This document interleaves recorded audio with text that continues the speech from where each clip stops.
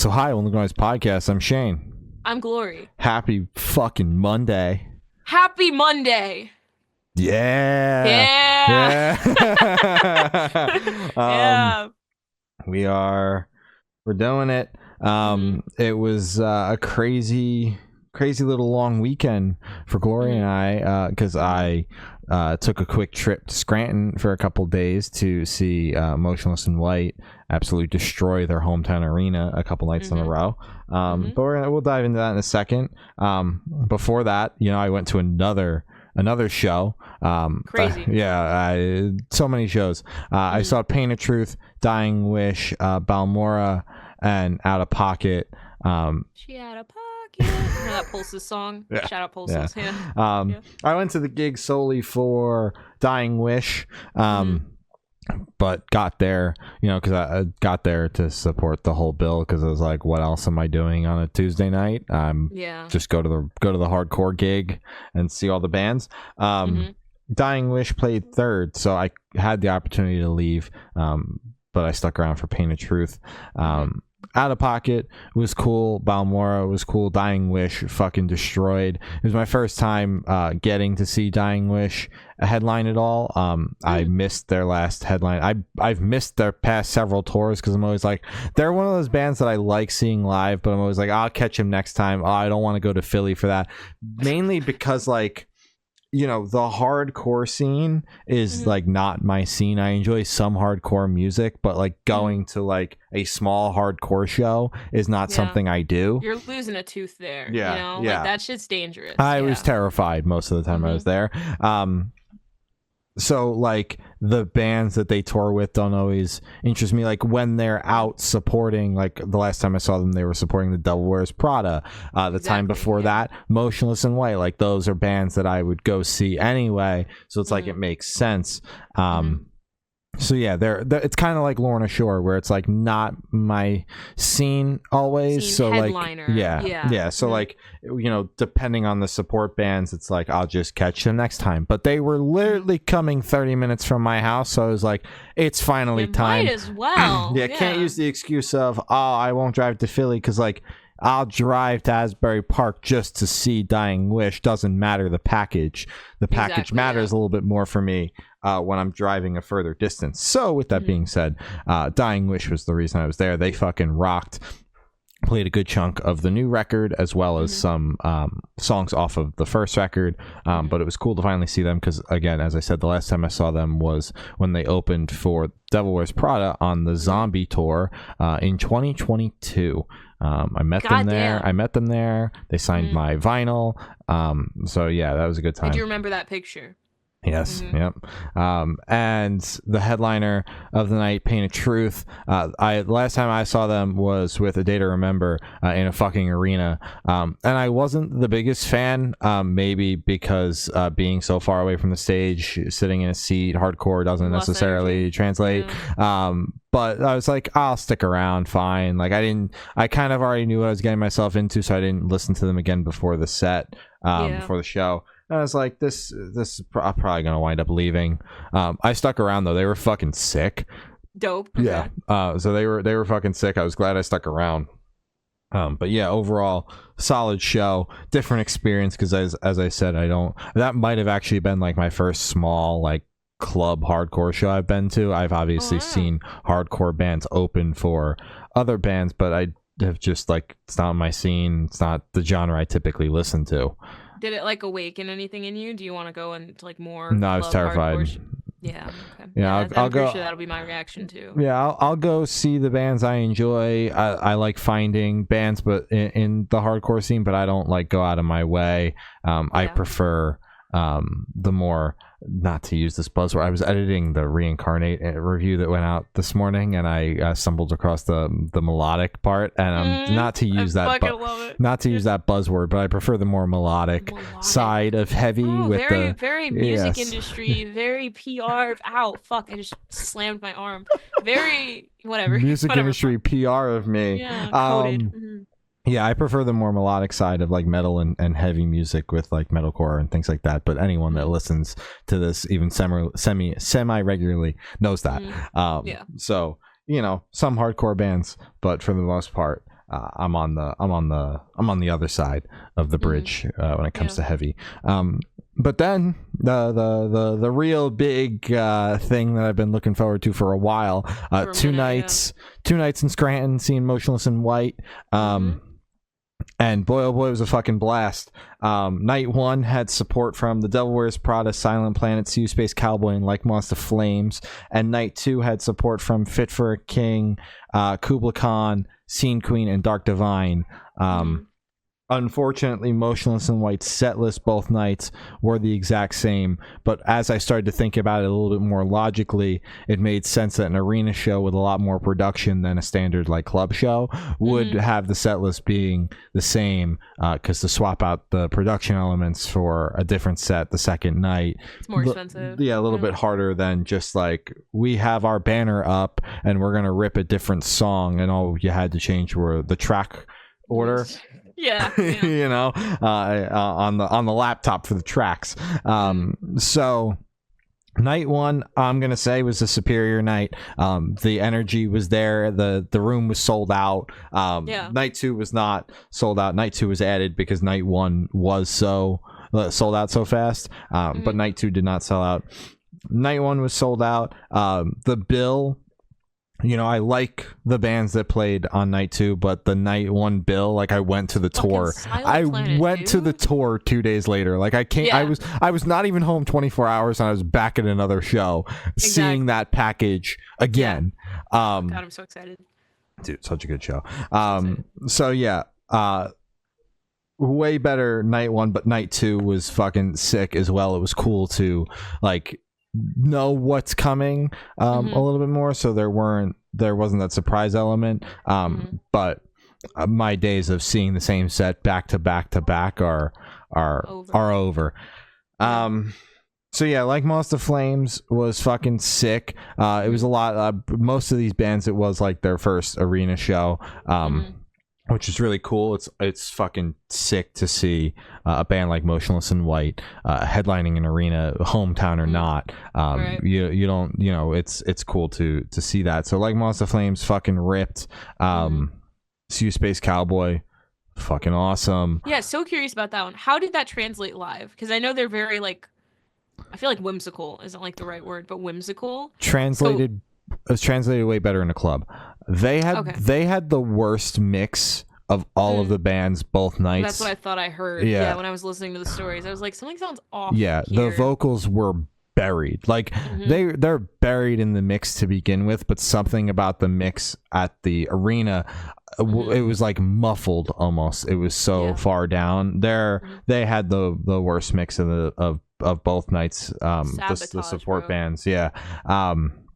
Yeah, it was weird live, especially like to that crowd.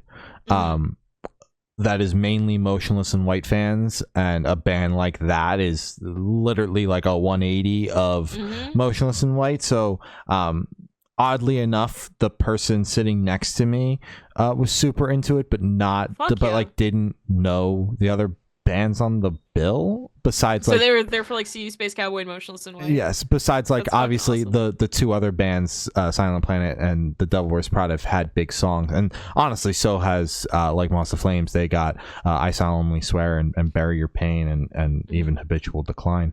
Shout out Habitual Decline. Yes, big shout out. But yeah, they were like really into See You Space Cowboy, which I thought was weird because like they weren't feeling besides Motionless. I was like, okay, you know, great band. Someone was happy about this package. Yeah, great band, you know. But yeah, they were cool. It was cool to see them, all of these bands in the arena, them included.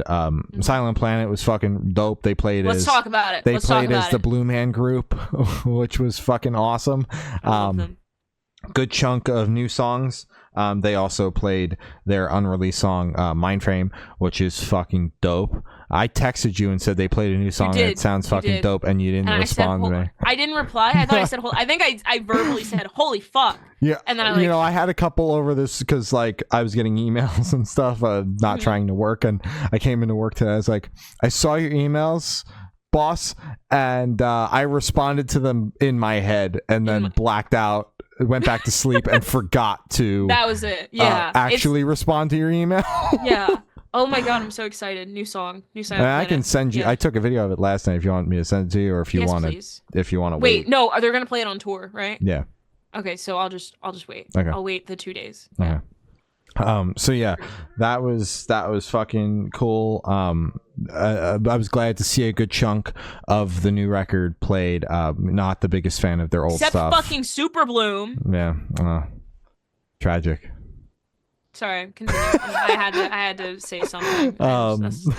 Yeah, they're playing a good chunk of the new record. They played 2 older songs, but you know, good chunk of the new album. I'm here for that. That's the Silent Planet that I like. Not so much the old stuff. And then the Devil Wears Prada. Now this is not my first time seeing them in an arena. So your 20th. No, it's my second. I saw them on the Beartooth Silverstein Prada era tour that came through a smaller arena here in New Jersey in Trenton, and it was a weird ass show, let me tell you, because that was like it didn't sell super well. Like, it's a weird arena. Like, the at the time, like, Beartooth was about to really pop off, but they were like big enough to justify it, but like not big enough to really fill it. Like, the floor was full, but none of the seats, like, I had a seat and like there were rows around me that were empty.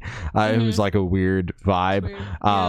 And Prada in particular had a really weird vibe on stage. The set was very dark, like, and I was like, damn, this is weird. Can't see shit. Yeah. So they you know, they're obviously out on a headlining tour this time. They came out like they were headlining that fucking arena, and it was so dope. They did the walk on like they were, because I obviously saw the tour last night. They did the same walk on that they're doing as if they're headlining, and I was like, they're going up there like this is their stage and their night, and that is fucking awesome. Damn right. Yeah, so they absolutely ripped. They played like the first 8 songs in their set list, like their tour set list, and then finish off with Chemical, which is a little later down on their set list. But yeah, they were ripping and grooving so hard that I honestly thought that Motionless might have just given them the full hour and a half that they have just go ahead, on their headlining tour, and they're just letting them rip the whole set list, because there was no signs of slowing down. And then the Men of the Night 1 come out. Chris emerges from the stage sitting in the chair that's on the Reincarnate cover. Oh, fuck yeah. Was he like laid out? Yes. So fucking That's dope. awesome. That's fucking awesome. A handful of the members, the ones that were in the band at the time, dressed up as the way they would have dressed on stage during that era. I love when bands do that shit. Yeah. Which I thought was a nice touch, considering 10 years around Halloween. It makes sense. Just dress up as your old self. Yeah. So they fucking dude. At one point, and it was actually like towards the end of the set, I texted my friends. I'm like, this is never, I don't think this is going to end. And then they they said, this is our last song. And I was like, God damn it, I called it. Yeah, so it was fucking dope. I thought they were just gonna rip the album in full and then play their hits. They didn't do that. They played a couple of songs off the record, and then so like what they did was they played Death March, Reincarnate, Everybody Sells Cocaine, and then Dead as Fuck, and then they played Dead as Fuck 2 after that. So like the songs, that was the only one where the song had a sequel, so they played the sequel next, which I was hoping they would do that with Puppets and play the 3 Puppet songs, which would have been fucking dope. But yeah, that they like would play a bunch of the songs off the record and then play 1 or 2 hits, and then they would play more songs off the record and then play a couple of hits and alternate. But that was all right. It made the show interesting, and like obviously they acknowledged that like not everyone there knows the album, which is a weird thought. Why the fuck are you there? Yeah, weird thought to have, but I guess it makes sense. I don't know.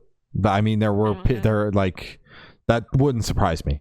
Especially if you're a little bit closer to Scranton, you're not flying in and it's just like, oh, Motionless is playing, I'll go.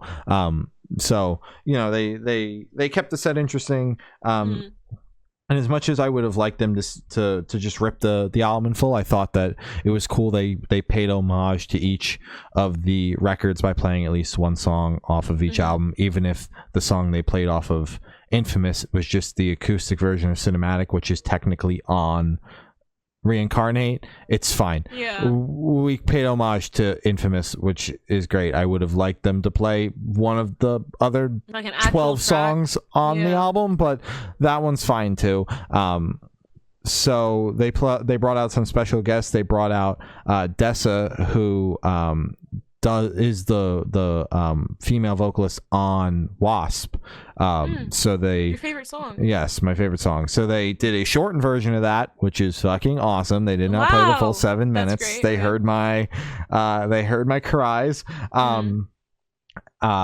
So it, and Chris was like, we've been friends for all of these years. She basically saved this song, and we've been dreaming since the song came out for 10 years, being able to finally play it live. So they finally got to play it live for the first and second time with these shows. And then she also did Contemptuous, doing Maria's parts. Justin, the bassist in Motionless, did the scream. So like she did the singing, and then Justin did the couple filled in the couple of screams that Maria has. And then they brought out Josh Balls, who was the old synth player, keyboard synth guy in Motionless. He was in the band for the first few records, left shortly after Reincarnate, in between Reincarnate and Graveyard Shift. So they played Puppets 3 with him, and then 2 songs off of Creatures, Abigail and We Only Come Out at Night, which, dude, Abigail... That I screamed. To be honest, I fucking screamed. That was you lost your shit. That's okay. That was the most exciting part of the night for me. I can't even lie. It was great to hear that album in full or whatever. But like, yeah, they played that song and I screamed. I can't even lie. And then Tim Skold, who features on Final Dictum, did played the acoustic guitar for Cinematic, and then did Final Dictum.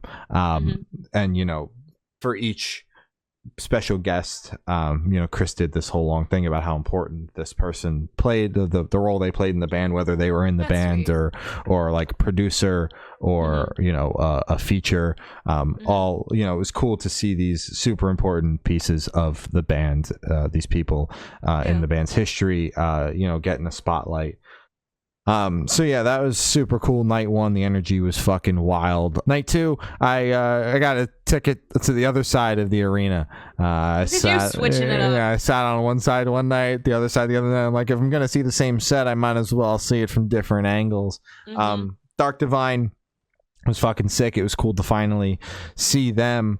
They were the only band on the bill that I didn't have intention of going to see at some point in that week. Like See You Space Cowboy, that was my first time seeing them, but I had every intention of going to that tour that they're on, so I was going to see them for the first time anyway. Dark Divine was the only band on the bill that I wasn't have no plans to go see, and that's not because they suck or anything, just because they haven't come near me really at all. So yeah, they were fucking dope. And then it was Scene Queen. Super fucking cool to see Scene Queen on the bill and playing an arena. It was it was super fucking cool. And then Kubla Khan, which I didn't know how it was going to translate because I just had seen them a couple nights prior and the entire fucking floor was moving. And then I saw the way the Motionless fans were responding to the bands on night 1, and I'm like, yeah, they're not going to like that Kubla Khan wants the entire floor open. They got the floor moving, though, which was cool. It took a little while. Whereas, when I saw them open for Lorna Shore, the pit was already open. They didn't even have to say anything. They didn't have to say shit. They actually had to ask for the pit to be moved closer to the stage because it was so far back. It just kept moving back. Yeah. But yeah, they were cool. And then Fit for a King, they put on a good show. Unfortunately, they had some technical difficulties. Their antenna for their in-ears, for their click track, fell and broke in half. So the entire rhythm section lost their metronome. So, and I had no idea, like, after they played Keeping Secrets, which was the third song, and then after that, the entire band walks off the stage, and Kirby was like, all right, my entire band is gone. This is the first time in my 15 years of performing I've ever been on stage alone, and I failed public speaking. Aww. So, yeah, he did a good job of, just babbling into the mic until the band came back. You could obviously tell he was nervous, but he did a great job at, talking to the crowd, being funny, being lighthearted. And didn't just walk off stage with the band, which he totally could have just done that. Could have done that. Because it seemed like they all kind of had no idea. Like they all kind of had no idea what was going on. And so he did a good job. And then they later tweeted that that's what happened, but I kind of picked up on it because I could see from my angle that the drum tech was tapping the drummer on the back with a drumstick to keep time, and I'm like, their clicks down. Because I like noticed some small things in the set where like the band would be like a beat ahead of Ryan where Kirby is vocally, and they would eventually obviously catch up because they've only played these songs 9 bajillion times each. There was no live debuts on this show. But yeah, they ripped. Unfortunately, that meant that they had to cut "God of Fire," which is the last song. They butted right up to 9 o'clock. They started the intro for "God of Fire," and then they're like, "Oh, actually, that's our time. Bye." Which was unfortunate because I love them. They're so fucking fun. But I understand Motionless. They got a hit. Motionless was already playing past 11, so to hit even 3 minutes later just pushes the entire show even further back. Motionless was already going till like 11:20 ish. So I understand. It's okay.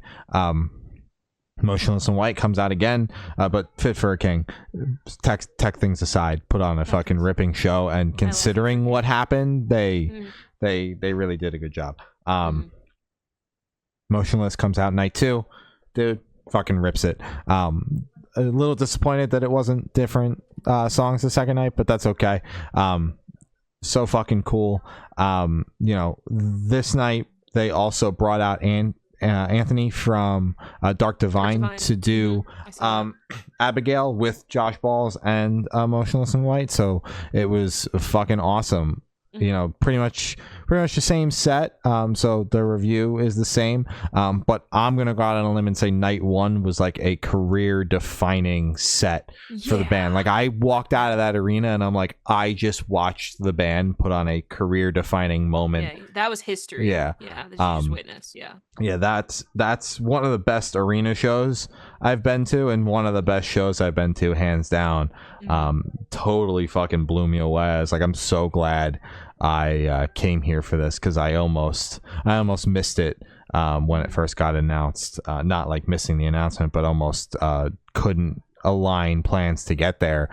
So I'm glad that I was able to make my way there, because I would have been bummed watching it online, seeing it go on. You'd be like, fuck. Yeah, or like being able to go to night 2, I'd be like, night 1 was so much cooler. But I also wouldn't have known that going in. But yeah, fucking insane. And then Sunday night, to wrap it up here real quick, I went to the Delaware's Prada is Eternal tour with support from Silent Planet, like Moss the Flames, Use Space Cowboy, and Greyhaven. Greyhaven, so glad to finally have seen them. They put on a great show. Brent is a crazy fucking vocalist. I've only seen a handful of vocalists do like these very long screams, Ryan Kirby from Fit for a King being one of them. It's a setlist staple for them. And Brent fucking did that. It was fucking insane. He just like rips out this insane fucking scream and just holds it, and you can like see his face like going right. Yeah, and I'm like, this is so dope. He's so fucking cool. But they're great band, great set. See You Space Cowboy better this time around. Sound was a little bit better. The more intimate vibe, going from an arena to a 2,000 cap room does make it a more intimate vibe. Those huge things, Yeah. they crushed in that environment. And again, the sound was better. Like Moths to Flames, great as always. The energy, Chris always fucking brings it every goddamn night. He comes out there and just screams at the crowd to jump until every single person in the room is jumping, and he somehow makes that happen. Chris, I'm not jumping. Yeah, insane stuff. Silent Planet, great as always. Got to see the whole set this time around. They didn't have to cut anything for time. So they were great. That band. And the Devil Wears Prada, dude, fucking phenomenal. There's a reason why they've been doing it 20 years, and it's not because they suck. They're a fantastic live band, a fantastic live band. That is for sure. So yeah, that's been my week. I'm exhausted and ready to sleep, but that does not change the fact that on Wednesday I'm seeing Robbie the Used, Burt McCracken, and Thursday just a little bit. He's playing the record in full. He doesn't have much else to play. That's like his one thing. And he's playing the Taste of Ink as well. Got to throw in one hit. And then the next night I'll be back at the same venue, House of Independence, to see games we play. And Glory will be going and seeing Prada and Silent Planet or whatever. Silent Planet. I'll be seeing Silent Planet. I'll be seeing Silent Planet on Thursday. Thursday night, I will be seeing Silent Planet. Only Silent Planet. Only Silent. I'm like teleporting in and then I'm teleporting out. I'm very excited. I told her she had to see Prada. Oh no, I'm saying the friend that I'm going with, my wife, her favorite, like one of her favorite bands is the Devil Wears Prada. Like she's going for the Devil Wears Prada, and I'm going for Silent Planet. And then I really like See You Space Cowboy a lot. And you love like Moths to Flame, so I'm like, okay, they must be really good. And then Greyhaven, and we've had Greyhaven on here a couple times, so you got it. It's an insane bill. Like Dude, it feels like it was like made up, like one of those April Fool's ones, because it's genuinely that stacked. They had announced the Motionless show before they had announced the full tour, and I attended to Glory, and I'm like, this feels like a tour, and I meant it like Motionless headlining, even though they said they weren't. Even though they said they weren't going to be playing many shows this year as they were working on their record. 2025 will be crazy in Motionless land. But even the support, I wish they could have snuck Greyhaven on there and made it a 6-band bill, like even if they just throw them like 15-20 minutes. Come on, guys. I was bummed that Greyhaven wasn't there, but I understand, they don't need a 6-band. But yeah, that was what an insane tour. It does feel like made up. It's like crazy that those bands are all on a bill together. They're real. But it's great. It's a great tour. It's a great time. I'm glad you'll get to experience it. You'll be there. I'll be seeing games we play. Good Noise Podcast would be out and about on Thursday night. The podcast story is gonna go crazy. It's gonna be whiplash. Whiplash. Oh yeah. So excited. But we do have bunch of records to chat about here, as well as an EP, a big deluxe album week as well, and of course singles, because that never changes. Kicking it off here with Cane Hill. They dropped a new album, A Piece of Me I Never Let You Find. We chatted with Elijah Witt from the band. It is out now. It was a fantastic chat.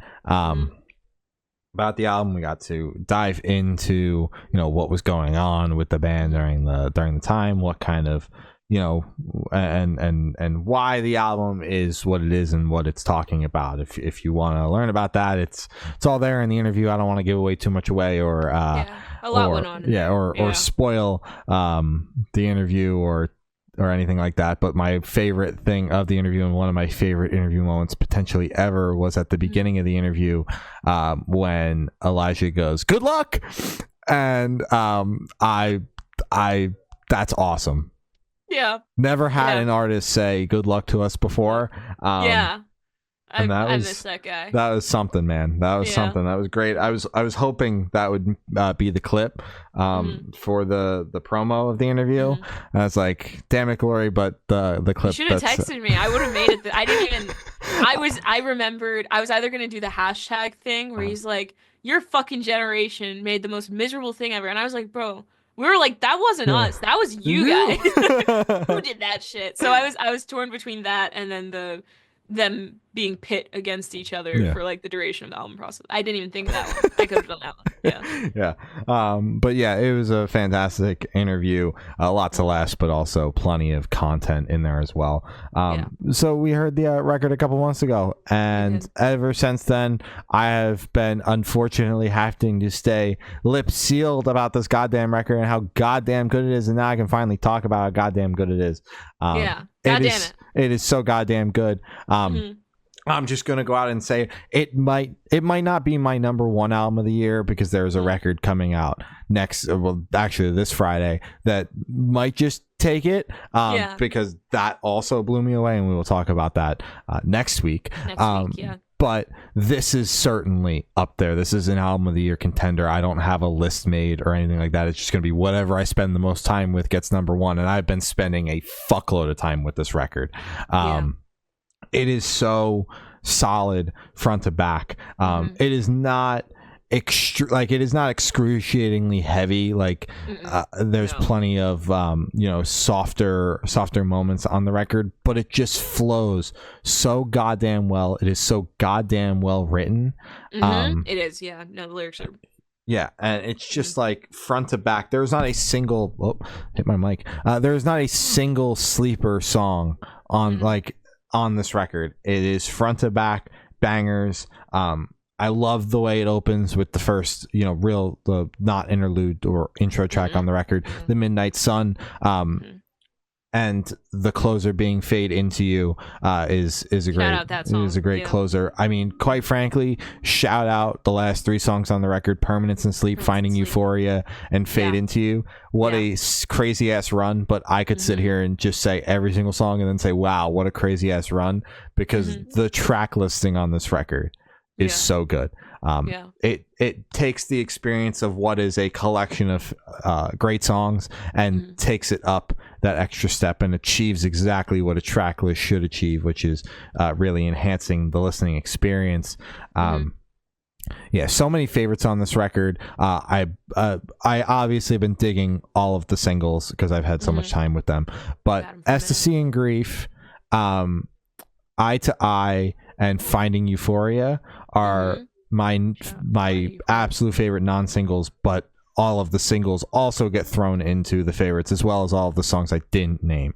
But those have been like the top three non-singles. Permanence and Sleep is still my forever favorite off the record. But yeah, dude, overall, insane album. And obviously been familiar with the band for a while, but now it's causing me to go back in their discography, and they were a little bit more of a traditional metalcore band back in the day, and I'm like, damn, this is the band for me. This is the next you found your band. This is the next discography dive. Spend 6 months with this band.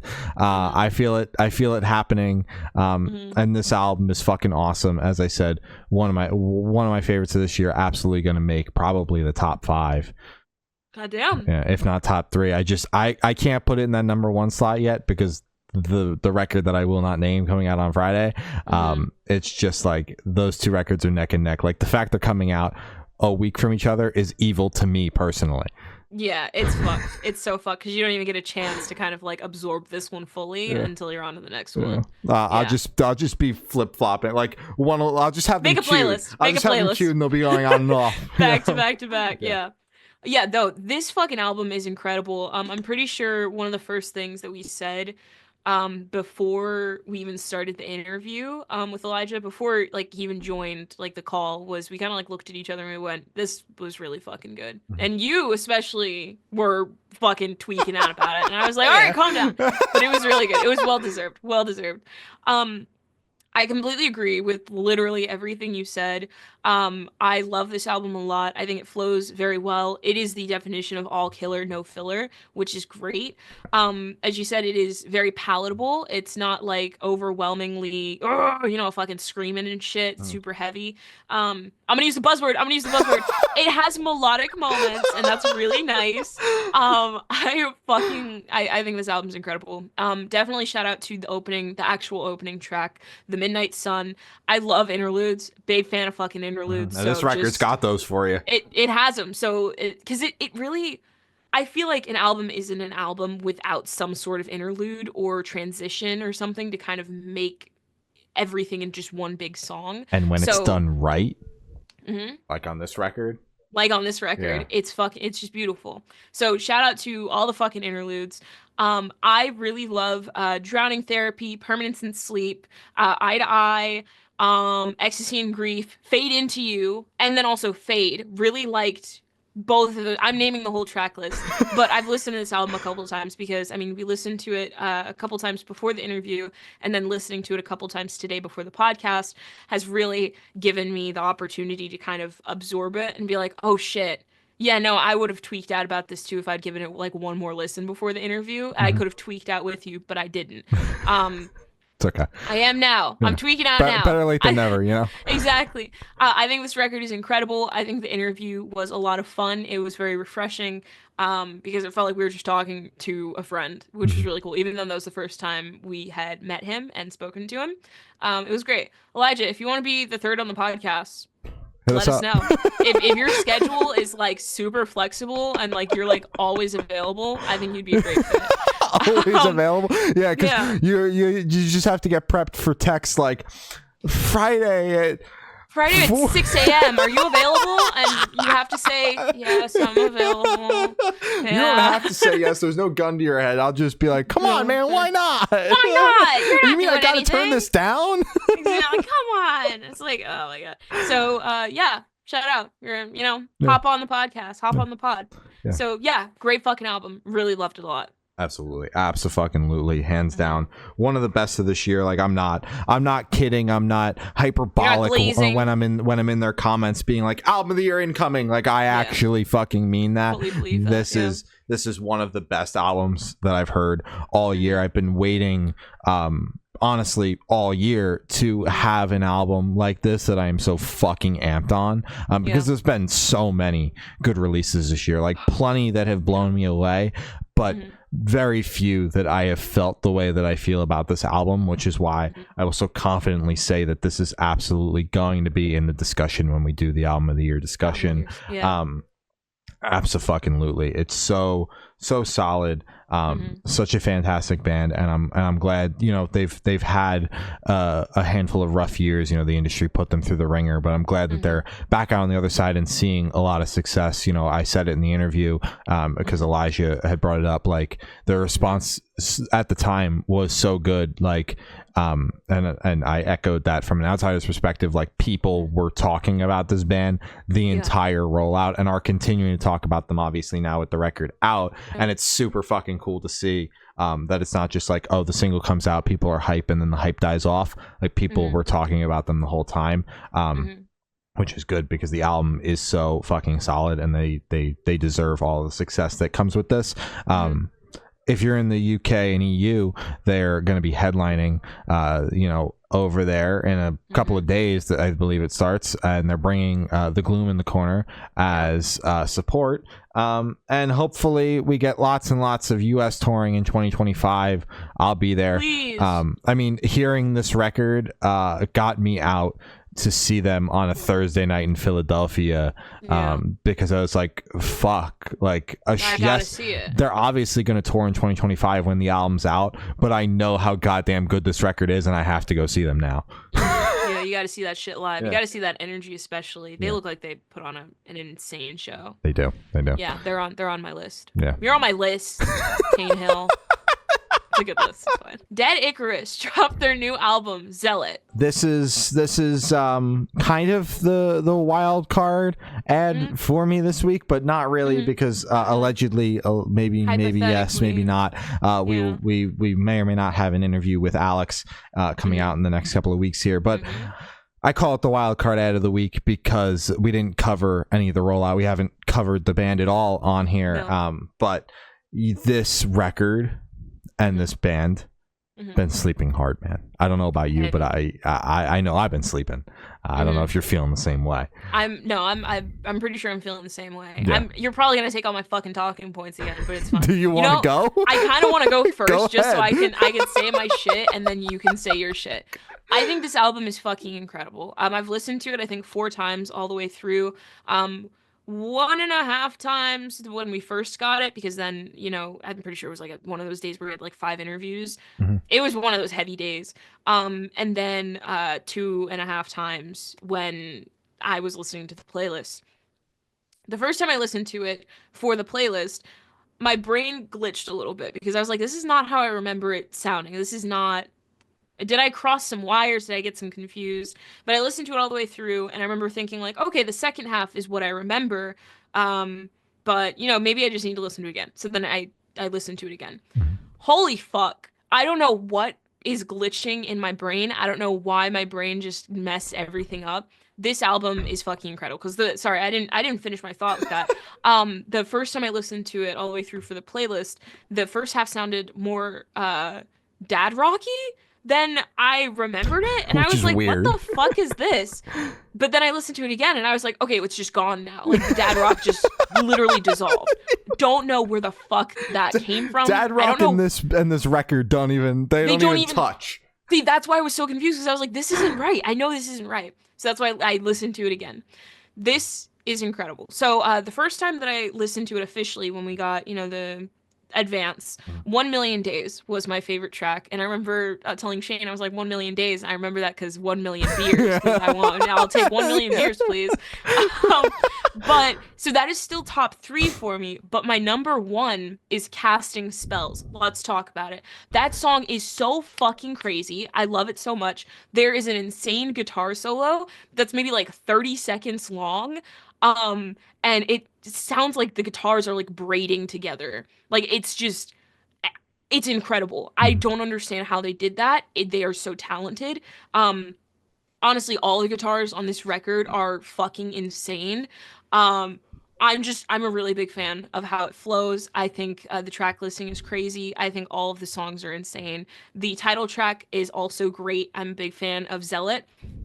And I think it's a great album. I'm a big fan. Yeah. I'm gonna let you go now. Yeah, I'm a huge fan of this record as well.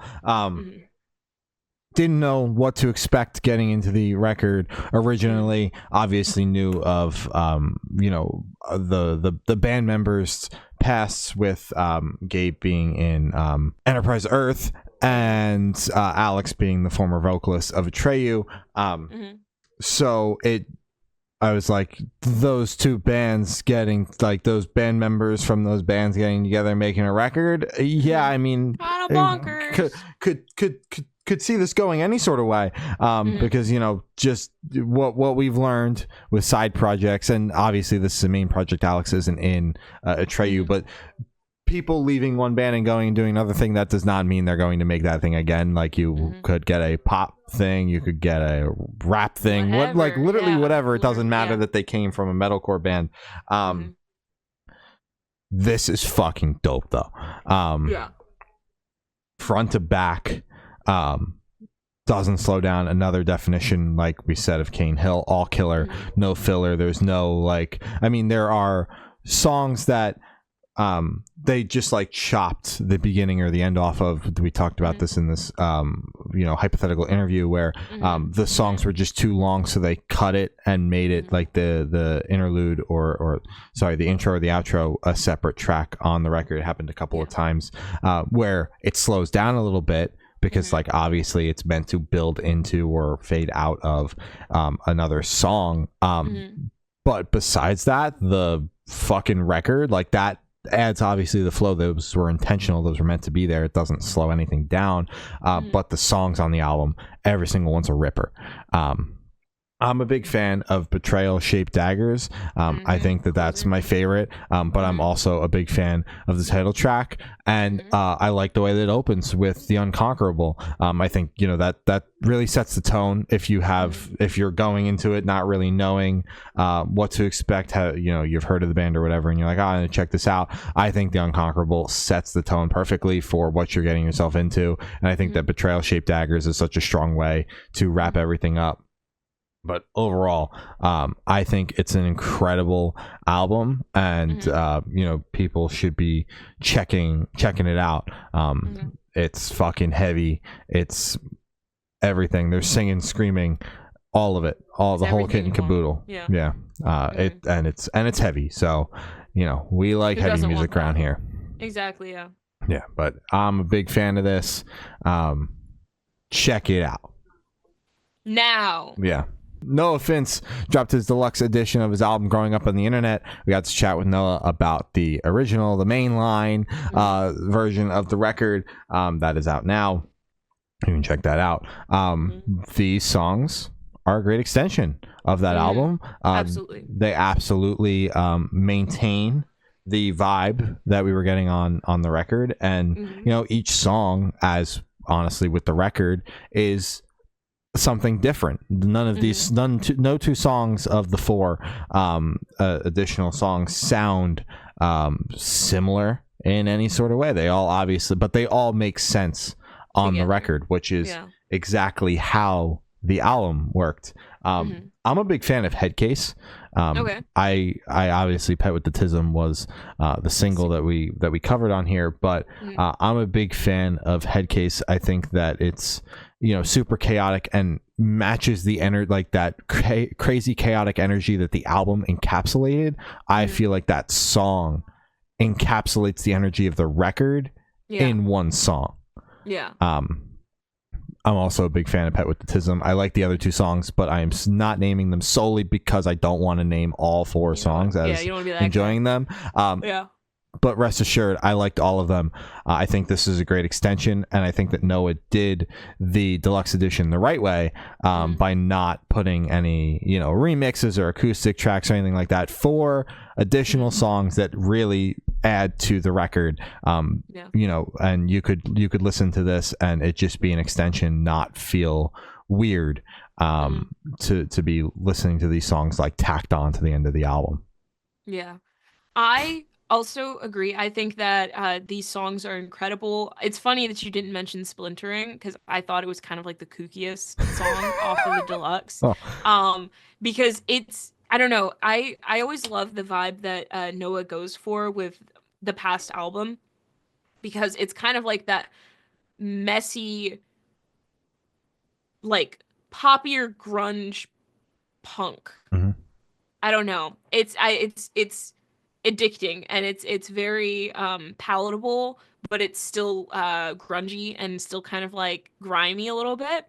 Splintering for me encapsulates just kind of like Noah's vibe overall with just his music and his projects. So I'm a big fan of that fucking track. I think it closes the deluxe version with a bang. I think it's a big closer. I think it's awesome. Also a big fan of Pet with the Tism, because I mean, it was a single, already a little more familiar with it. I think it's great.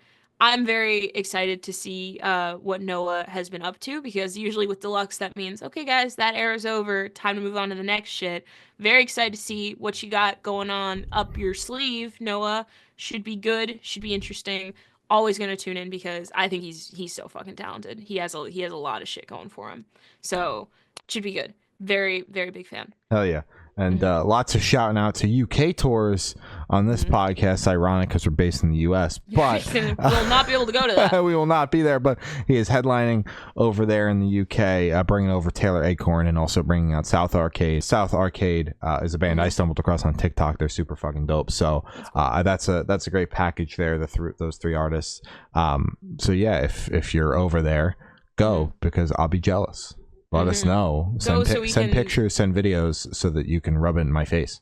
Exactly, and we go, like shake our fist. Yeah. Oh. You'll get one of us being like, "What the fuck, man? Come on!" Yeah.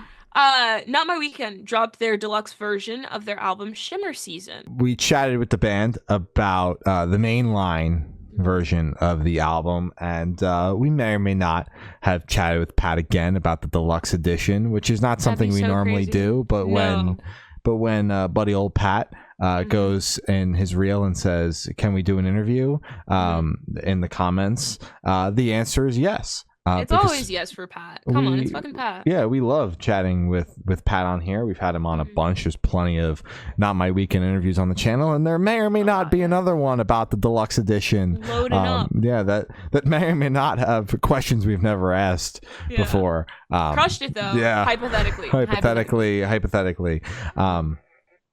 3 new songs. No remixes, no acoustic tracks. When we chatted about the single, Pat texted us and he was like, Don't worry, guys. No acoustics, We're good. no remixes, none of that shit. Yeah. 3 brand new songs not tacked on to the end of the record, spaced throughout the first half of the album. Tied Up, 2004, Stop Rewind. Tied Up was the single. 2004 was the one that was getting teased going into the album, into the release on TikTok. And Stop Rewind is the acoustic song, which we haven't gotten a song like that from the band since their first EP. Well, it's been, God, fuck, that's like, what, 8 years? 6? 6? 2018. 2018? Shit. Yeah. That's forever for me. Yeah. I don't know. That's like, I don't know. I was a completely different person back then. Long fucking time ago. Yeah. And I always thought that Not My Weekend did the acoustic song very well. I really enjoy their EP Yellow, which is weird because it's a lot more like slower tracks than like in your face pop Not punk. My Weekend became Not My Weekend, where everything was very much in your face, and I love this iteration of the band. But I've always enjoyed Yellow, which I think is ironic because I'm always very much like, how heavy and crazy and chaotic can the music be? But I'm like, I like when they pick up the acoustic guitar and go, I think it was nice. Yeah. So I really enjoy that song, Stop Rewind, because I think they do the acoustic song so well. But I also really enjoy Tied Up in 2004. There's only 3 songs, so I'll name all of them. I enjoyed every single one. I enjoyed every single one of them. You know, I think they all fucking rock. And great additions to the record. They all make sense, especially where they're placed in the track list. And it's fucking rippers as always from Not My Weekend. Yeah. Damn right. I mean, I kind of expected the deluxe version of this album to be really good, whether or not it did have like acoustic tracks on it or remixes, because Pat and the rest of the band, I keep saying Pat because we've known just Pat for a while. 4 years. Yeah. So it's just, when I say Pat, just know I'm referring to Not My Weekend. Their threshold, no, that's the wrong word. They do good music. Good music, Not My Weekend equals good. So that's what I'm trying to say. They only put out fucking bangers. Yeah. There you go. So I kind of expected, whatever they put out, I'm going to enjoy it and I'm going to love it. And it's just going to be something to fucking talk about and be excited about. But listening to these tracks, it made me very happy because, there's always a little drop of, oh my God, what if they miss this time? Like, fuck. Like, come on, guys, don't let me down. They did not. Tied Up is incredible. 2004 is my personal favorite. Shout out 2004. It kind of hits the same note, completely different genre, but it hits the same note as Rex Orange County's 2008, where it's just kind of like that nostalgic looking back, like, oh, fuck, old life shit, it's crazy. And it's crazy because I can't relate to either of those years because I was born in 2004 and then I was 4 years old in 2008. Can someone make like a 2016? I could probably like sing along to that one and be like, fuck yeah, 2016. James Charles, like that's all I got. Stop Rewind is great. I enjoyed it a lot. I think it's cute, and I'm happy that they're kind of going back to that sound a little bit, even if it's for a fucking deluxe. I'm very happy to see that they still have it in them. But 2004, that track is my baby. Shout out to 2004. That's me, actually, because I was born in 2004. So it's not like I just said that like 5 seconds ago. But I'm a big fan. I really fucking liked this deluxe version, and it makes me very happy because I always just love seeing their shit on the playlist. Hell yeah. They'll be on tour, co-headlining with Rose Colored World. Very fucking sick. That leaves at the end of this week, actually. Kicks off there. So if you're on the West Coast or in the South, it runs like through to like Nashville area, I believe. And possibly goes up to Ohio, because I think I looked to see like just how far away is Ohio, because I'm so bummed it's not just coming a little bit closer to me. Take a train. Right? You should go support. It's a great bill, and in particular San Antonio, our friends in Waves in April, our good friend Luke is in that band. They are the local support on that bill, right. which is fucking dope. He texted me, and I was like, yo, no fucking way your band is opening for Not My Weekend. I'm like, that's a fucking bill right there. The boys and the boys playing a show together. So yeah, very cool. Grab your tickets if it's coming near you. Damn right. Damn right. TX2 dropped his new EP, Cruel World, and it's fucking sick. This EP is so fucking good. It's fucking awesome. It opens up with the Ice Nine Kills song, Mad. I think it's great, but it's kind of my least favorite off of, I don't know why it's my least favorite off of the EP. My personal favorite is Swing at Me. It's been a single for a while, but I'm pretty sure when it dropped, people were like, it sounds like Wolves, House of Wolves by My Chemical Romance. And I was like, that's perfect for me because that's my favorite My Chemical Romance song. So I fucking love that track. Do I think it sounds exactly like it? No. Do I think it sounds a little influenced by it? A little, but isn't like every alternative like rock band influenced by My Chemical Romance? Because they're kind of the blueprint for a good bit of music nowadays. So, like maybe calm down a little bit, guys. They also have a song featuring From First to Last, which is incredible. That song has all the little ear candy, like where they're like talking, and it's like, hey, can you pour me like one more line? And it's like, we're out. What the fuck? Like, I love that shit. I love when people are fucking talking in songs. Not too much though. It's on a podcast. Leave that shit to us. I think how this EP flows is incredible. Genuinely every song is a fucking banger. This EP is so good, and it's so nice seeing his musical progression from the EP that we spoke about, what was it, The Ghost of LA, I think, or Ghost of LA, compared to this Cruel World, where it's like, I don't want to take credit for it. I'm going to take credit for it. I'm being so sarcastic.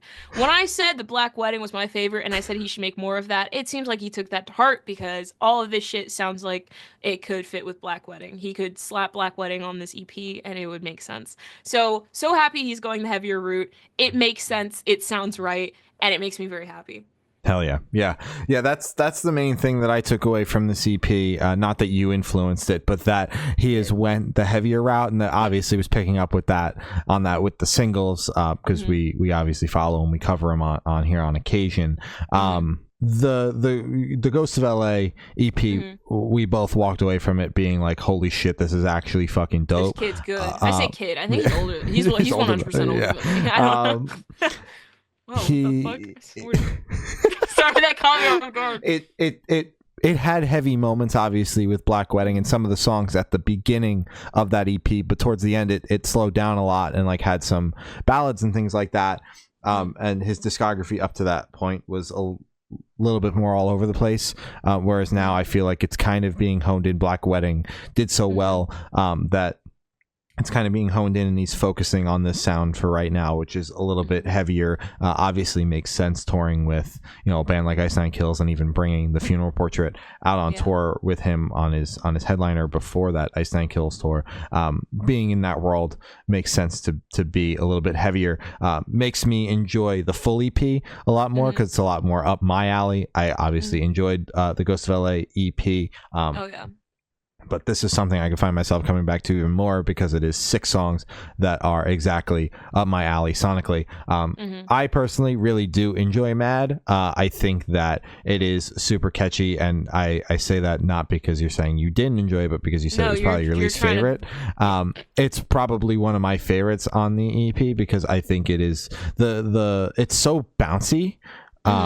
And the chorus on it is so catchy, and even just like during the bouncy part where it's like a little bit back in the mix, the mad, and I'm just like, that is so fucking dope. I really enjoy that song. Obviously, Spencer from Ice Nine Kills crushes the feature as well, and what a crazy fucking feature that is. And I really like Violent Nature as well, to pick a non-single. It's fucking awesome. And crazy and heavy as everything on this EP is. This EP is a lot more chaotic. I think is a good word. Yes. Yeah, so chaotic. Overall, big fan of this. Stoked on the direction that this is going. Obviously, would love a full length at some point, but the EP game, got to play the single EP game. Yeah. I get it, man. But definitely would love to hear a record at some point. And Evan, if you're watching this, we're down to chat when you're down to chat. Open invitation. If you want to come on and chat about the EP, we would love to have you. Had a great time chatting last time. Absolutely. And let's do it again. Ryan Oakes and Chrissy Costanza from Against the Current dropped their new single, Suicidal Thoughts, and then in parentheses, No One's Home. Wow. What a collab. What the fuck? Okay. This song is incredible. I really fucking love Chrissy's part on this. I think it blends together really well. I'm a big fan of the rock rap with female lead vocals. Mm-hmm. That combination always kind of like itches my little brain. It makes sense, and it screams like early 2000s rock, where it's like kind of like nu metal was kind of getting introduced a little bit, and it's like, oh, what's this little fusion going on here? Big fan. I don't know. I'm thinking of fucking Evanescence, Wake Me Up Inside. Mm-hmm. That's literally what I'm referring to, because that's rock, rap, and female vocalists. Mm-hmm. I think it's fucking incredible. I love it so much, and I want more of that. One more of that, please. I think Ryan's part is incredible. I do think the second half, like his second verse towards the end of the song, is a little weaker than earlier, but I think it's still great. And I still did listen to it like 6 times because I was like, holy fuck, what did you put in this? So I'm just genuinely nitpicking. When I say weaker, I mean like it just didn't hit as hard as like the rest of the song. But still a massive fan of this. Really fucking liked it. Insane combo. Did not see this coming. Great. Yeah, a crazy fucking combo for sure. I think that Chrissy's vocals really match the vibe of the song. Like obviously, the title alone lets you know the kind of topic on that the song is covering, and I think that Chrissy's got like this kind of haunting-esque to her vocals that really matches the vibe, and obviously Ryan crushes his part as well, matching that vibe. And yeah, overall, I think it's an extremely strong song, and what a crazy fucking collab. I did not expect to see this one, but I think, it makes a fuckload of sense, and they made a rockin' song together. Ryan Oakes is someone that, for the most part, usually crushes the collabs that he brings on. That's how we found him, was with that Loveless collab that was on the last record. That was bonkers. So I think that he always does a good job of picking artists that make sense for the songs, and they always wind up crushing their parts. So yeah, this is no exception. Fucking rocks. Shout out Ryan Oakes, for real. Oh yeah. Pink Shift dropped their new single One Nation. I think that this is some of the best stuff that Pink Shift has done. I was a big fan of the last EP. That was a good EP. A little bit different sonically, and obviously not something that they're going to tackle all of the time. But I did think that it was a super rad EP, and was some of my favorite stuff that Pink Shift had done. We've been covering them for quite a while now. But this is, and that was that EP was a little less punk leaning. Now we're back to like mainline Pink Shift stuff. I keep saying mainline like it's a fucking video game series. I don't know what's going on. I mean, I'm following though. Main discography, I don't know. Mainline. Back to the mainline Pink Shift stuff with another punk track, and this is like one of probably my favorite mainline. I'm gonna stop saying it now. Pink Shift addition to the discography. I'm a big fan of this song. I love what the song is talking about, and I think that it is extremely a very strong song. Very sick. Stoked for more. Yeah, damn right. I think this song is incredible. I think sonically it's incredible. Also really enjoyed the last EP. And I think that the timing of this song is great. I think they dropped it at the most perfect time, with politics and the election and everything kind of bubbling up right now and coming to a head. Wonderful message. Big fan of Pink Shift. They've never been shy to cover any topics that, I mean, honestly, no one should be scared to cover. I think this song was great, and I'm a big fan of the message, and I love Pink Shift, and I think they're an incredible band. So, yeah. Fuck yeah. Mhm. Oh yeah. The Weeknd and Anita dropped a new single, Sao Paulo. Hell yeah. Mm-hmm. I thought that this song was good, Mm-hmm. but the singles so far have Mm-hmm. been weird. They have not been lining up like at all. Are we No. sure this is on like the right album? Did he drop like the wrong thing? I thought this song was great. It was Yeah. a fucking ass shaker in my opinion. I thought it was great, but yeah, no, it does not line up with because then he had like a was it Playboy Cardi? He had a Yeah. Playboy Cardi song, and then he had just his own standalone song.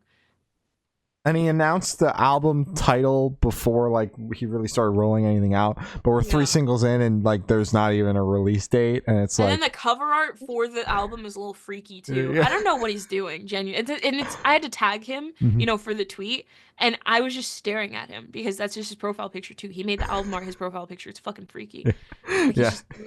the whole rollout's been weird. The singles so far have been weird. I'm a little weirded out by what this record's gonna be. You're scaring me. I'm sure it's going to be great. He's been on quite the streak so far, but each single has been so wildly different.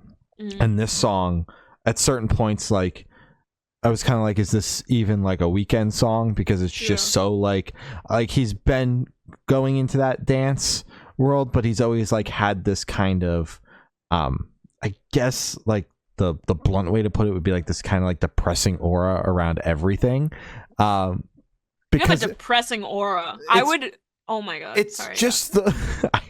I know how it comes off, but it's just the way that the songs come off and the way that that it's delivered. Like sad boy. And the vocals are very sad boy. So it creates this like depressing aura, and like this song is just straight up like a dance track, and it's so fucking weird because fuck is this? It's always been like party while you're crying vibes, and now it's just like nah, like just. Party, man. Keep that shit to yourself. Yeah. Get over it. Leave that shit at the door, dude. Yeah. Great American Ghost dropped their new single "Lost in the Outline," complete 180 from the Weeknd. Oh my god! The literal definition of a complete 180. They announced their new record. It comes out at the end of next year, or not the end of next year, the end of January of next year. Oh my god! I was like, damn, they didn't have to announce it already. A whole year before. Nah, comes out in January of next year. Very exciting stuff. This is a fucking ripper of a song. This band is fucking dope. All the singles so far have been so good, and I'm very excited for this record. Damn right. Looking forward to it. I really enjoyed this track, and yeah, I don't know. I feel like I'm gonna be able to give a better review when I actually have like a full piece of work to actually look at and listen to. So I'm very excited to dive in. It should be good. Yeah. Avoid dropped their new single "Burn." Welcome back, Avoid. So true. It's been a minute. It's been a minute. Missed you guys. I fucking love this band. I thought the song was great. They didn't announce anything with it. I don't think. I'm pretty sure I would have seen that. I would have reposted that. But guys, whenever you're ready, would love another record. Well, they signed a new label deal, so they're with UNFD. They're no longer with Thriller. So typically, when a band signs an album deal, a record deal, there is not just singles. It typically turns into something. So I'm not gonna say anything because we actually know nothing. Yeah, we don't know shit. Unless Benny, you want to come back on the podcast and talk about it. We can talk about what's going on. But typically, history, tends to repeat itself with that, and it's safe to say we'll be getting some sort of body of work either the end of this year or next year. But we'll see. Song's great. They played it live when I saw them headline many months ago. So stoked that this is finally out there. Hell yeah. Picturesque dropped their new single "Everything's Just Fine." Wow, welcome back. I almost thought this band was dead for a second. Yeah, I thought they broke up. Yeah, they kind of disappeared after that EP. They played a handful of shows and then they just kind of went silence. And they're back, and we're getting right back into it with the picturesque vibe. This is exactly, we're just picking up where we left off. Not a single chapter missed. I turned this song on and I was like, God damn, we are so back. This is so picturesque right here. This track's great. Stoked for more. Big fan of this track. I'm happy this band is alive still because I thought of him like a couple weeks ago and I went, that was a band, right? Like they did shit. What happened to that? And here they are. It's like they got my thoughts I'm losing it. Yeah. Quite frankly, like this is like unironically, this is something I would think about every couple of months. I'd be like, I wonder what happened to that band. Like they just kind of like dissolved into like thin air. Like they just poof. I don't know, but they're back. So we're so back. Escape the Fate dropped their new single Monster, but it's like an acronym. Yeah. I don't know what it stands for. It's just dotted out. Yeah. You know. Mm-hmm. It's great though. It's a fucking banger. Neither of us know why. Yeah. But no, it's great. I'm a big fan of this band. I think they make a lot of good fucking music. Especially with that last album. Mm-hmm. I really like this band, and I thought this track was great, and I love this band a lot. Fuck yeah. Hell yeah. And for our last topic, Rose and Bruno Mars dropped their new single, APT Apartment? APT. I think Apartment. Yeah. Apartment. Yeah. This was Gloria's wildcard ad of the week. I mean, it's Bruno Mars. You see Bruno Mars, and you just gotta fucking add him, you know. When the song first started, I'm like, how the hell is Bruno Mars gonna fit on here? And then I remembered, oh, Bruno Mars music kind of sounds like this already anyway. Mm-hmm. So this actually works very well. So yeah, I dig this song. Mm-hmm. I think this song is very cutesy core. I think it's great. It reminds me of younger Bruno, which is great. Now he's kind of more into like God, he hasn't dropped an album in like long time, 8 years. Yeah, so I don't even know what he's doing. I mean, he's just doing fucking whatever, because he did Silk Sonic, which was R&B, and then he did Die with a Smile, which was like country R&B. And now we're back to like pop, which is kind of like doo-wop and hooligans era. Mm-hmm. Either way, I'm a huge Bruno Mars enjoyer. Love this man, would follow him to the ends of the earth. I trust him with any fucking song. And this is nothing less. I think this song is very fun. I think it's very, very fun. Fuck yeah. Well, that is all the topics we have today. You can follow us on Twitter. It's Good Noise for Noise _cast. Instagram's Good Noise Podcast. Facebook is Good Noise Pod. TikTok is Good Noise Podcast. YouTube is Good Noise Podcast. Every audio streaming service ever. Guess what? Good Noise Podcast. And Patreon is patreon.com/Good Noise Podcast. Corey's got your Patreon supporters, Twitch subs, your important plugs, your merch plug, and your Amazon storefront plug. And then we're going to sign off. Check out our merch. It is Good Noise Podcast.creator-spring.com. Check out our Amazon storefront. It is in the description of every single video, every single episode. You check it out. It has our setup. It has our cameras. It has our mics. It has our monitors. It doesn't have our chairs, because we both got our chairs from like Office Max or Staples or some shit. But sure, you can find those, but we won't get a cut from that. So don't buy those, actually. Don't do that. Thank you to our Patreon supporters, Matt from Pulses, Zari, Pop Punk Apologist, David Arrington, Tyson from Heal the Hurt, and Eric. And thank you to our Twitch sub, Matt, again from Pulses. Thank you, everyone. Thank you, everybody. Yay. Important plugs: Black Lives Matter, Stop Asian Hate, Free Palestine. Election day is tomorrow. We are recording this on the 4th of November, 2024. And it will be released, I'm pretty sure it's like 10 or 11 a.m. Day of. So today's election day, if you're watching this. Please, if you are over 18 and registered to vote, please get your ass up and go and vote. This is a very important election. Everyone's vote counts. I'm not going to tell you not to vote third party, but you should probably fucking do some research and not just pick third party just because it isn't one of the main two. And yeah, every vote counts. And so please go out and do your part. It takes maybe 30 minutes max, and if you time it right.